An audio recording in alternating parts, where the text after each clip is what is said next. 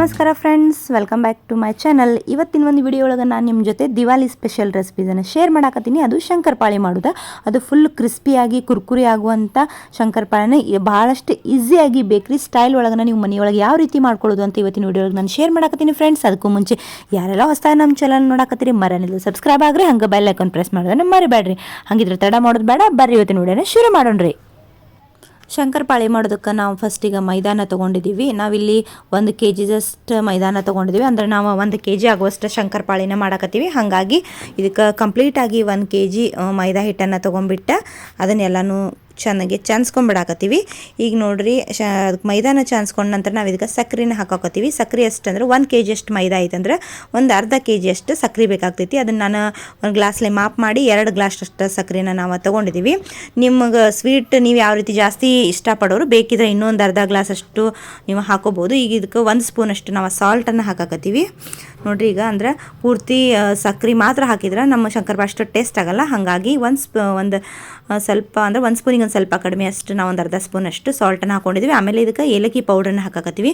ನೋಡಿರಿ, ನಾವು ಮೊದಲ ಏಲಕ್ಕಿನ ಚಂದ ಪೌಡ್ರ್ ಮಾಡಿ ಮಿಕ್ಸಿಗೆ ಹಾಕಿ ಇಟ್ಕೊಂಡಿದ್ದೀವಿ. ಅದನ್ನು ಆ್ಯಡ್ ಮಾಡಾಕತ್ತೀನಿ. ಅಂದರೆ ಬಾಯೊಳಗೆ ಎಲ್ಲೂ ಸಿಕ್ಕಾಕೊಳ್ಳಲ್ಲ, ಬರೀ ಫ್ಲೇವರ್ ಮಾತ್ರ ಬರ್ತೈತಿ. ಅದಕ್ಕೋಸ್ಕರ ಈಗ ನೋಡ್ರಿ, ಇದಕ್ಕೆ ನಾವು ತುಪ್ಪ ತೊಗೋಕತ್ತೀವಿ. ತುಪ್ಪನೂ ಕೂಡ ಸ್ವಲ್ಪ 1 ಗ್ಲಾಸ್ 1 ರಿಂದ 1.5 ಗ್ಲಾಸ್ ಅಷ್ಟು ನಾವು ತೊಗೊಂಡಿದ್ದೀನಿ. ಅಂದರೆ ನಾವು ಯಾವ ಅಳತೆ ಗ್ಲಾಸ್ನಿಂದ ಸಕ್ಕರೆಯನ್ನು ತೊಗೊಂಡಿದ್ದೀವಲ್ಲ, ಸೇಮ್ ಅದ ಮೆಜರ್ಮೆಂಟ್ ಗ್ಲಾಸ್ನಿಂದ ನಾನು 1.5 ಗ್ಲಾಸ್ ಅಷ್ಟು ತುಪ್ಪನ ಇದಕ್ಕೆ ಹಾಕೊಂಡಿದ್ದೀವಿ. ಅಂದರೆ ಭಾಳಷ್ಟು ಜಾಸ್ತಿನೂ ಕೂಡ ತುಪ್ಪ ಆಗಬಾರ್ದು, ಭಾಳ ಕಡಿಮೆನೂ ಕೂಡ ಆಗಬಾರ್ದು. ಇದರಿಂದ ಏನಾಗ್ತೈತೆ ಅಂತಂದ್ರೆ ನಮ್ಮ ಶಂಕರಪಾಳಿ ನಾವು ಏನು ಮಾಡಿ ಎಣ್ಣೆಯೊಳಗೆ ಕರಿತಿರ್ತೀವಲ್ಲ, ಅವಾಗೆಲ್ಲನೂ ಶಂಕರಪಾಳಿ ಒಡೆದು ಬಿಡ್ತಾವೆ.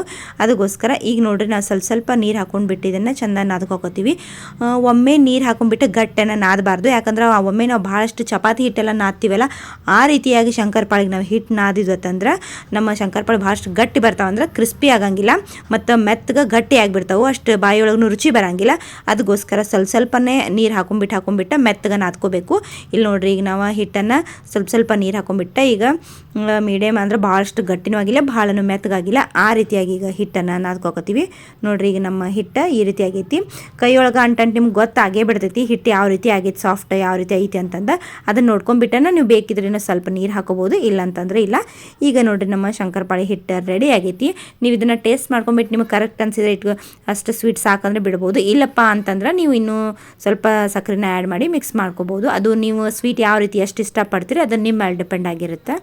ಈಗ ನೋಡಿರಿ, ನಾವು ಇದರೊಳಗಿಂದ ಶಂಕರಪಾಳಿ ಮಾಡ್ಕೊಳಕ್ಕೆ ಸ್ವಲ್ಪನೇ ಹಿಟ್ಟು ತೊಗೊಂಡು, ಅಂದರೆ ಒಂದೊಂದು ಉಳ್ಳಿ ಮಾಡ್ಕೋಬೇಕಲ್ಲ, ಸ್ವಲ್ಪ ನೀರು ಹಚ್ಕೊಂಡ್ಬಿಟ್ಟು ಮೆತ್ತಗೆ ಮಾಡ್ಕೊಂಡ್ಬಿಟ್ಟು ಈಗ ಚಪಾತಿ ಯಾವ ರೀತಿ ಲಟ್ಟಿಸ್ತೀವಲ್ಲ ಆ ರೀತಿಯಾಗಿ ನೋಡಿರಿ, ಈ ರೀತಿಯಾಗಿ ಹೋಳಿಗೆ ಮನೆ ಮೇಲೆ ಲಟ್ಟಿಸ್ಕೋಬೇಕು.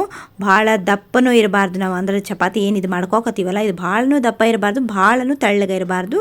ಅಂದ್ರೆ ಮೀಡಿಯಮ್ ಸೈಜ್ ನಾವು ಉಳ್ಳಿಯನ್ನು ತೊಗೊಂಡ್ಬಿಡ್ಬೇಕು. ಅಂದರೆ ಒಂದು ಕೈ ಒಳಗೆ ಎಷ್ಟು ಒಂದು ಉಂಡೆ ಆಗ್ತದಲ್ಲ ಅಷ್ಟು ಆ ಸೈಜಿಂದ ನಾವು ಉಳ್ಳಿಯನ್ನು ತೊಗೊಂಡ್ಬಿಟ್ಟು ಅಂದ್ರೆ ಅಷ್ಟು ಕರೆಕ್ಟ್ ಅದು ಒಂದು ಪ್ಲೇಟ್ ಅಷ್ಟು ಲಟ್ಟಿಸ್ಕೊಂಡ್ಬಿಟ್ಟು ಶಂಕರಪಾಳಿ ನಮ್ಮ ಕೊರ್ಯಾಕೆ ಈಸಿ ಆಗ್ತೈತಿ. ಈಗ ನೋಡ್ರಿ, ಇದನ್ನು ನಾವು ಪಟ ಅಂತ ಲಟ್ಸ್ಕೊಂಡ್ಬಿಡೋಣ್ರಿ. ನೋಡ್ರಿ, ಈಗ ನಾವು ಲಟ್ಟಿಸ್ಕೊಂಡ್ಬಿಟ್ಟು ಅದನ್ನು ಏನು ಮಾಡತ್ತೀವಿ ಅಂತಂದ್ರೆ ಶಂಕರಪಾಳಿಗೆ ಹೆಂಗೆ ಸ್ಕ್ವೇರ್ ಶೇಪ್ ಒಳಗೆ ಕೊರಿತೀವಲ್ಲ ಆ ರೀತಿಯಾಗಿ ನಾವು ಇದನ್ನು ಚೆಂದಂಗೆ ಒಂದು ಚಾಕುವಿಂದ ಕರ್ಕೋಕತ್ತೀವಿ. ನೋಡ್ಬೋದು, ಎಷ್ಟು ನಿಮಗೆ ಸೈಜ್ ದೊಡ್ಡದು ಬೇಕಂದ್ರೆ ದೊಡ್ಡದು, ಸಣ್ಣದು ಬೇಕಂದ್ರೆ ಸಣ್ಣದು, ಆ ರೀತಿಯಾಗಿ ಇವುಗಳನ್ನ ಕೊರ್ಕೋಬೇಕು. ಇಲ್ಲಿ ನೋಡ್ರಿ, ನಾನೀಗ ಸ್ಮಾಲ್ ಸೈಜನ್ನು ಕೊರ್ಕೋತೀನಿ. ಅಂದರೆ ಭಾಳನೂ ದೊಡ್ಡ ಅಲ್ಲ, ಭಾಳನೂ ಸಣ್ಣ ಅಲ್ಲ. ಆಮೇಲೆ ಇಲ್ಲ ಅಂತಂದರೆ ನಿಮಗೆ ಈ ರೀತಿಯಾಗಿ ಕೊರ್ಯಾಕೆ ಕರೆಕ್ಟ್ ಬರೋದಿಲ್ಲ ಅಂತಂದರೆ ಶಂಕರಪಾಳಿ ಕಟ್ ಮಾಡೋದು ಲಟ್ಟುನ್ಕಿನೂ ಸಿಗ್ತೈತಿ. ಅದನ್ನು ತೊಗೊಂಡ್ಬಿಟ್ಟು 2 ಸಾರಿ ನೀವು ಹಿಂಗೆ ಲಟ್ಟಿಸಿದ್ರೆ ಸಾಕು, ಆಟೋಮೆಟಿಕ್ ಆಗಿ ಶಂಕರಪಾಳಿ 2 ಸಾರಿ ಮಾಡಿದ್ರೆ ಕಟ್ ಆಗಿಬಿಡ್ತಾವೆ. ಈಗ ನೋಡ್ರಿ, ಶಂಕರಪಾಳಿ ನೋಡ್ರಿ ಎಷ್ಟು ಚಂದ ಕಟ್ ಆಗ್ಯಾವಂತ. ಮೀಡಿಯಮ್ ಸೈಜನ್ನು ನಾನು ಕಟ್ ಮಾಡೇನು. ಈಗೆಲ್ಲ ಶಂಕರಪಾಳಿನೂ ಇವನ್ನ ಎಣ್ಣೆ ಒಳಗೆ ಕರ್ಕೊಂಬಿಡೋಣ್ರಿ. ಈಗ ನಾನು ಎಲ್ಲನೂ ಪೀಸ್ ಮಾಡಿ ಇಟ್ಕೊಂಡಿದ್ದೇನೆ ಇಲ್ಲಿ ಕಟ್ ಮಾಡಿದ್ದು. ಈಗ ಇವನ್ನ ಎಣ್ಣೆಯಾಗ ಕರ್ಕೊಂಬಿಡೋಣ ಬರ್ರಿ. ಈಗ ನಾವು ಇಲ್ಲಿ ಶಂಕರಪಾಳಿನ ಎಣ್ಣೆ ಒಳಗೆ ಕರ್ಯಾಕೆ ಹಾಕೇವ್ರಿ. ಎಲ್ಲ ಒಂದು ಸ್ವಲ್ಪ ಹಾಕೋ ಮುಂದೆ ಒಮ್ಮೆ ಹಾಕೋಂಗಿಲ್ಲ. ಅಂದ್ರೆ ಒಂದು ಸ್ವಲ್ಪ ನಾವೇನು ಕಟ್ ಮಾಡಿರ್ತೀವಲ್ಲ, ಸ್ವಲ್ಪ ಒಂದೊಂದು ಕೂಡಿರ್ತಾವಲ್ಲ ಅವನ್ನ ಸ್ವಲ್ಪ ಬಿಡಿಸನೆ ಎಣ್ಣೆ ಒಳಗೆ ಒಗಿಬೇಕು.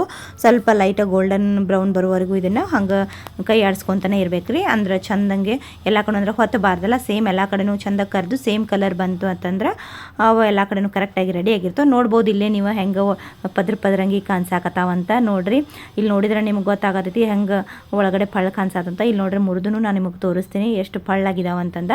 ಮತ್ತು ಭಾಳ ಟೇಸ್ಟಿ ಆಗ್ತವೆ. ಈಸಿಯಾಗಿ ನೀವು ಈ ರೆಸಿಪಿನ ಮನೆಯೊಳಗೆ ಮಾಡ್ಕೋಬೋದು. ಹಾಗಾಗಿ ಈ ವಿಡಿಯೋನ ನೀವು ಕೂಡ ಇಷ್ಟಪಟ್ರಿ ಅಂತ ಅನ್ಕೋತೀನಿ. ಇಷ್ಟ ಆದರೆ ಪ್ಲೀಸ್ ಲೈಕ್ ಕೊಡೋದನ್ನ ಮರಿಬೇಡ್ರಿ. ಹಂಗೆ ಹೊಸದಾಗಿ ಯಾರೆಲ್ಲ ನಮ್ಮ ಚಾನಲ್ ನೋಡಕತ್ತೀರಿ ಮರನಿಲ್ಲ ಸಬ್ಸ್ಕ್ರೈಬ್ ಆಗ್ರಿ. ಮತ್ತು ಇದೇ ಥರ ನಿಮ್ಮ ಜೊತೆ ನಾನು ಬೇರೆ ರೆಸಿಪಿಗಳನ್ನೂ ಕೂಡ ಶೇರ್ ಮಾಡ್ತಿರ್ತೇನೆ. ಮತ್ತು ನಿಮ್ಗೆ ಮುಂದಿನ ಬ್ಲಾಗ್ ಒಳಗೆ ಬೆಟ್ ಆಗ್ತೇನೆ. ಅಲ್ಲಿವರೆಗೂ ಎಲ್ಲರಿಗೂ ಬಾಯ್.